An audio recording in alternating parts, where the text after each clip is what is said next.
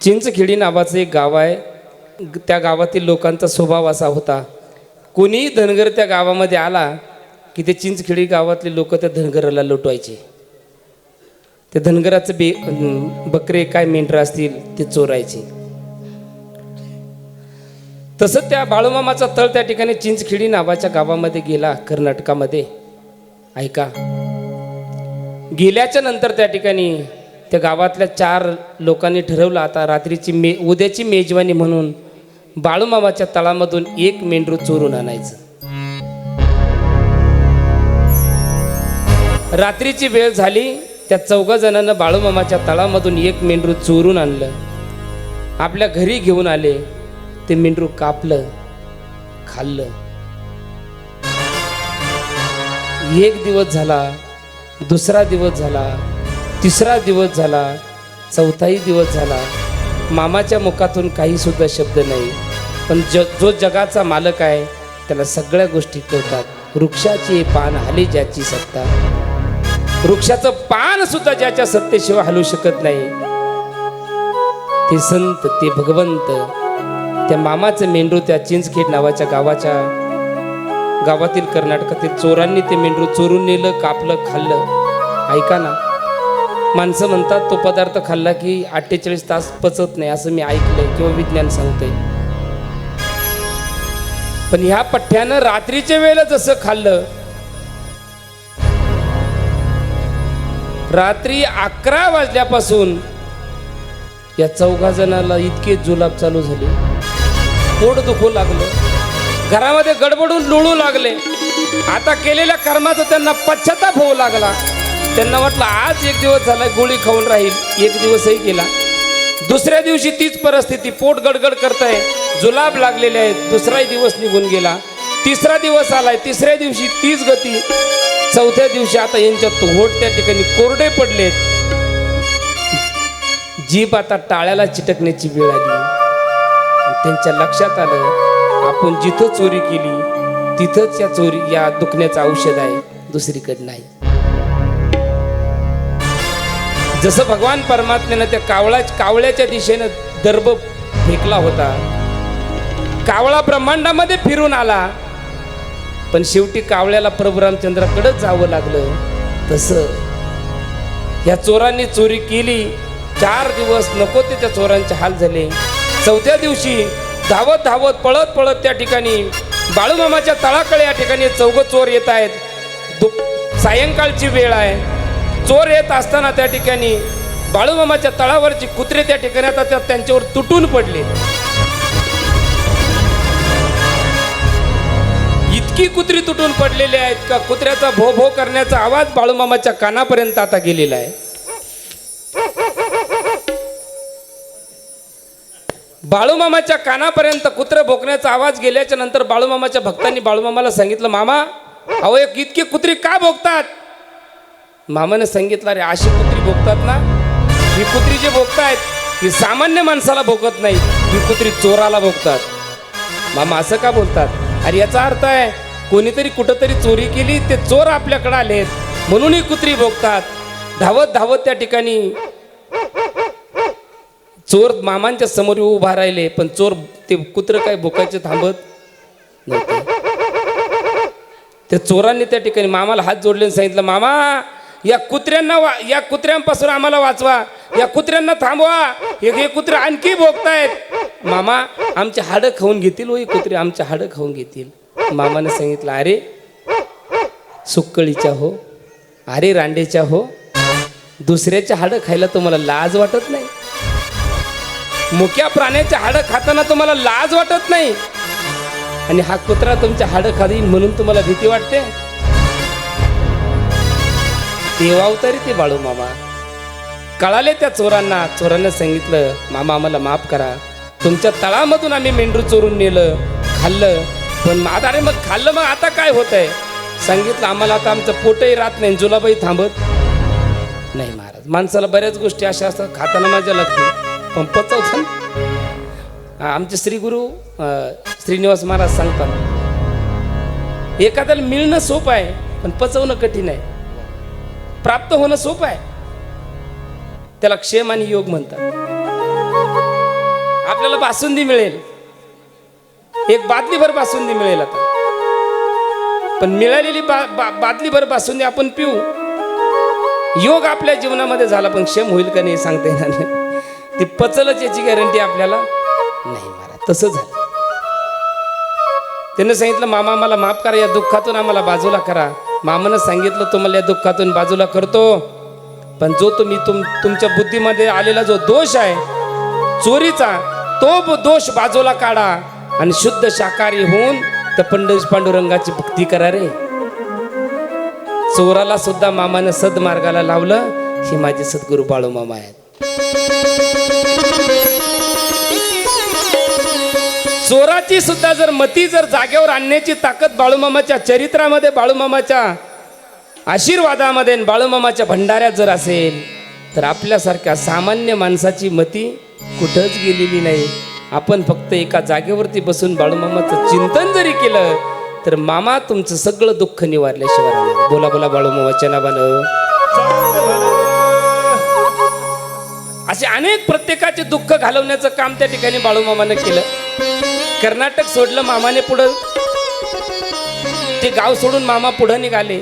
दुसऱ्या गावामध्ये गेल्याच्या नंतर त्या कर्नाटक राज्यामध्येच एक रांदूर नावाचं गाव होतं.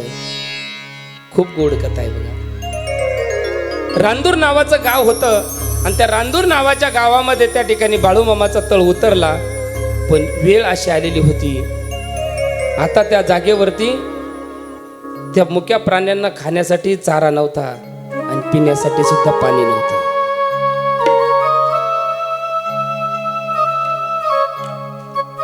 मामा दोन पायावरती बसलेले आहेत. आपल्या लेकराकडे, आपल्या मेंढराकडे बाळूमामा बघतात. अरे माझ्या पोटामध्ये अन्नाचा घास नाही गेला तरी चालेल, पण माझ्या मुक्या प्राण्याच्या पोटामध्ये अन्न गेल्याशिवाय, प्रसाद गेल्याशिवाय मला समाधान मिळणार नाही.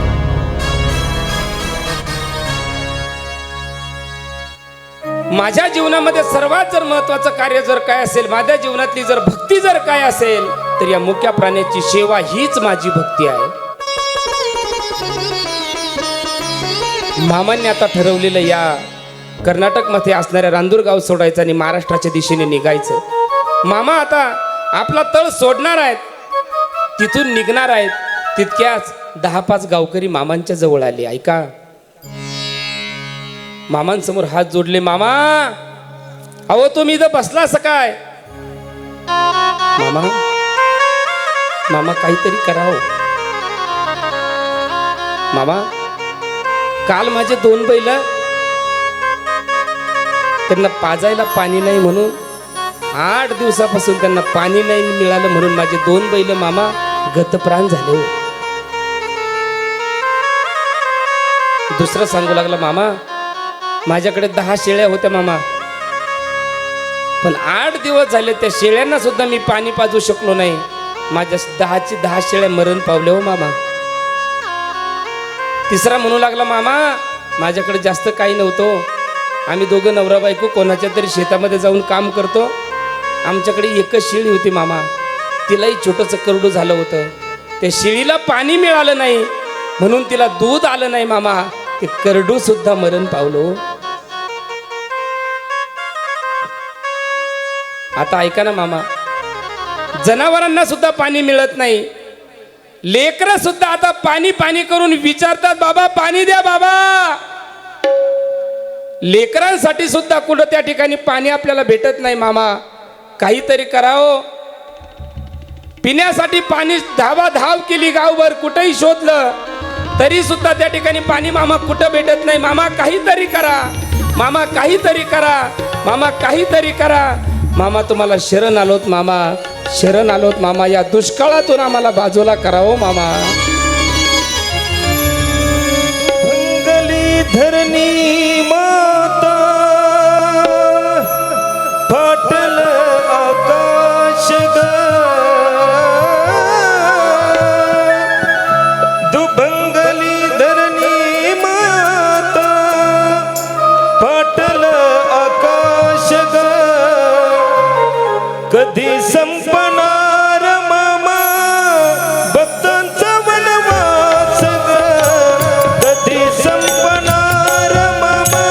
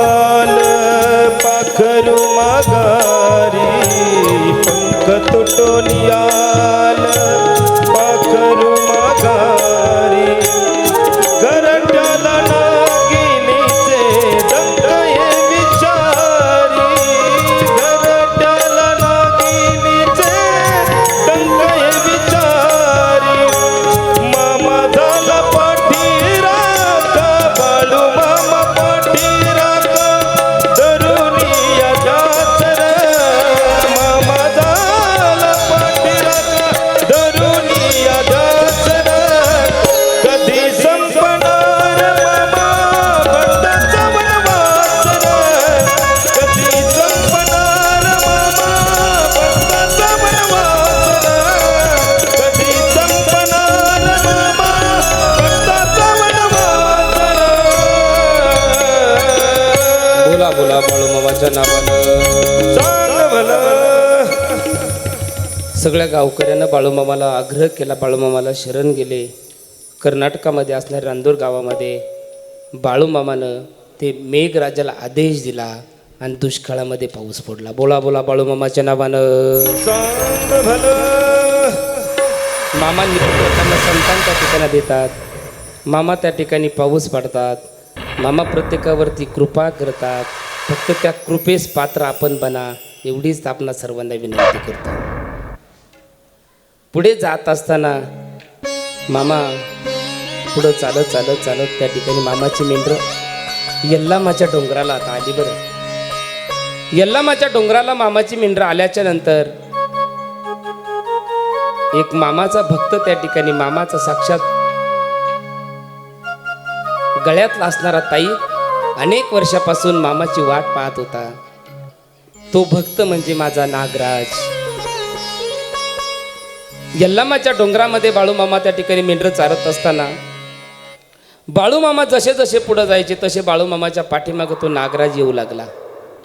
बाळूमामानं सांगितलं, अरे बाबा माझ्याबरोबर नको येऊ तू. फूस फूस फूस फूस फूस करून बाळूमामाच्या पाठीमागे तो नागराज चालायचा. ज्या जागेवरती मामाचा तळ असेल त्या मेंढराच्या त्या कळपाच्या थोड्या बाजूला तो नागराज थांबायचा. काशाच्या भांड्यामध्ये बाळूमामा त्या नागराजाला दूध काढायचे, दूध पाजायचे. असे अनेक दिवस झाले. पाहता पाहता आता बाळूमामा पुढं चालत चालत चालत चालत चालत अक्कुळ गावाच्या जवळ असणाऱ्या डोंगरावरती बाळूमामा आले. बाळूमामाचा तळ आला. बाळूमामा आता आपल्या घरी निघाले. 2 दिवस घरी राहून येतो म्हणून बाळूमामा घरी निघाले. पण बाळूमामा जसे बरोबर निघाले तसं नागराज सुद्धा बाळूमामांच्या बरोबर निघाले.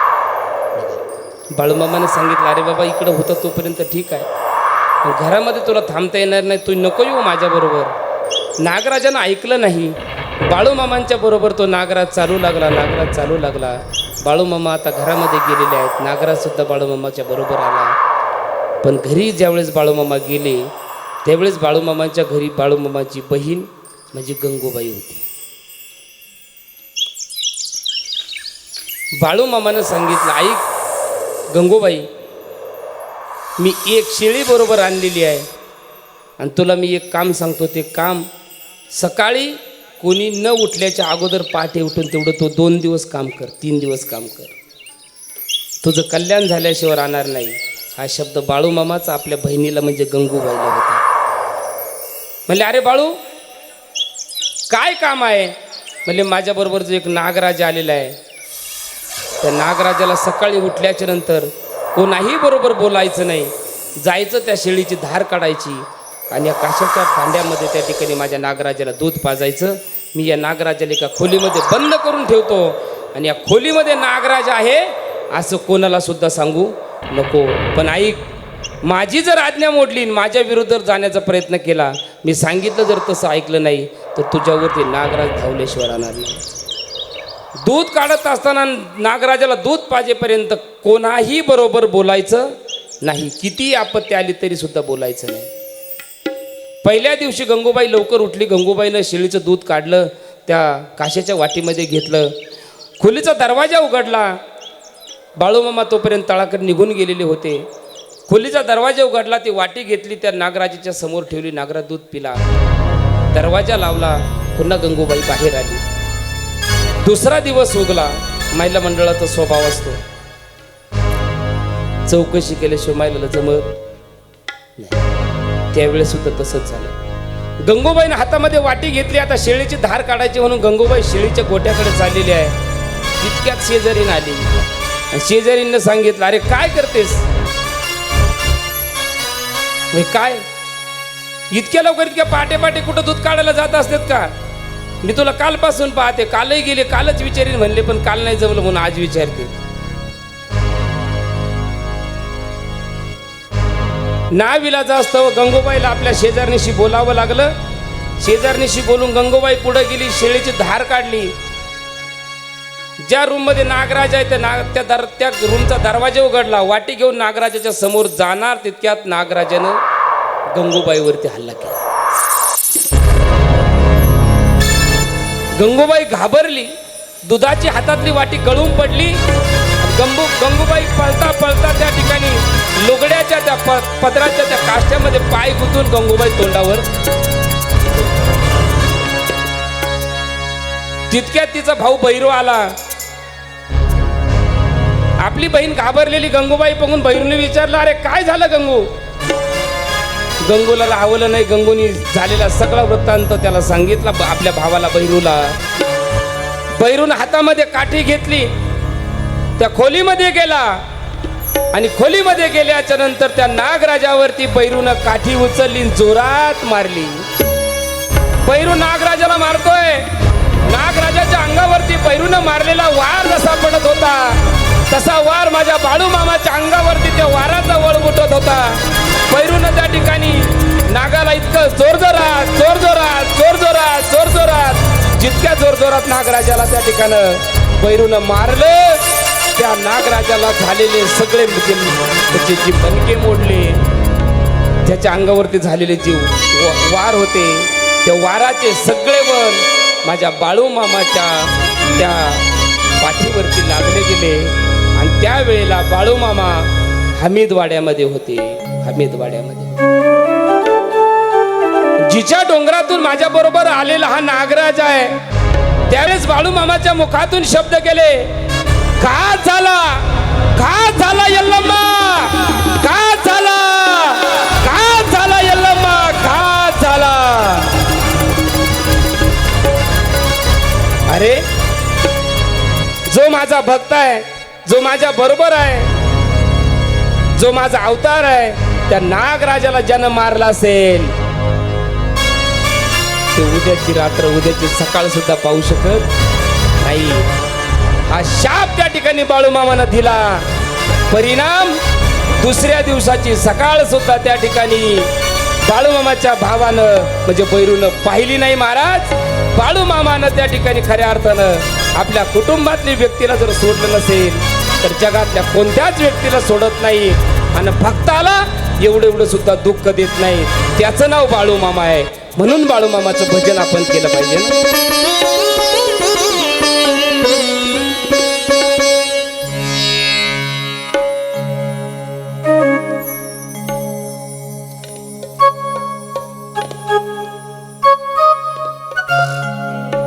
शिव शंभूचा अवतार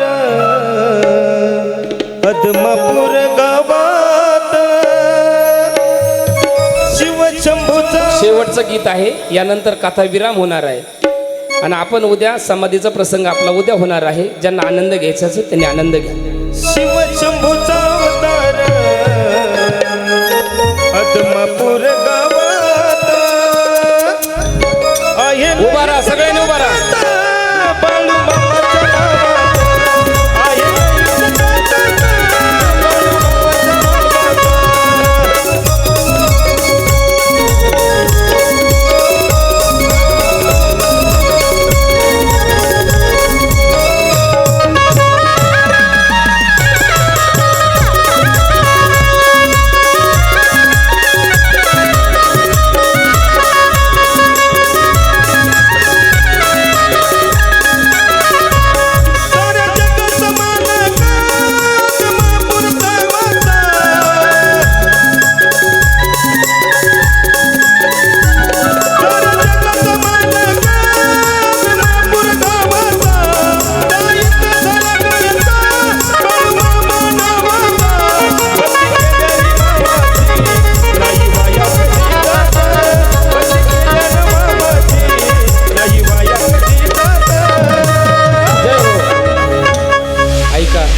एक मिनिट फक्त माझ्या शब्दाकडे लक्ष द्या.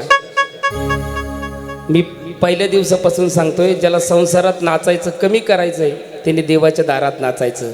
देवाच्या दारात जर आपण नाचलो तर आपला संसार नाचू नाचू देव करत असतो. हो, माणसं लाज नको तिथं सोडून देतात आणि देवाच्या दारात धरतात. आता माझे तरुण बरेच मित्र आहेत, इथं जर डीजे असता ना महिला मंडळाला लांब सरकावं लागलं असतं. डीजे पेक्षा काय कमी आहे? ते दादासाठी टाळी वाजवा, आपल्या इंगोले साऊंडसाठी. हा, साक्षात स्वर्ग अवतरलाय आपल्या गावात. याच्यापेक्षा भाग्यवान तुम्ही आहे. मी पहिल्या दिवसापासून सांगतो, लांडगे साहेब, सातपुते साहेब, महाराष्ट्रातील बाळूमामाची पहिली संगीत चरित्र कथा जर कुठं झाली तर याची नोंद बाळूमामाच्या चरणावरती रांजणी गावाने पहिली केली. आणि इथं आलेले याचे सगळे साक्षीदार आहेत. उद्याच्या काळामध्ये कोण जिवंत राहील कोण मरेल हे सांगता येत नाही, पण या कॅमेऱ्यामध्ये प्रत्येक जण आपल्याला आयुष्यभर युट्यूब ओपन केलं आणि बाळूमामाची चरित्र कथा काळना हनुमान देवस्थान रांजणी टाकलं की तुम्हाला प्रत्येक माणूस पाहायला भेटेल. म्हणून नाचायचंय. आहे लईच ताकद बाळू मामाच्या नावात, आहे लईच ताकद बाळू मामाच्या नावात.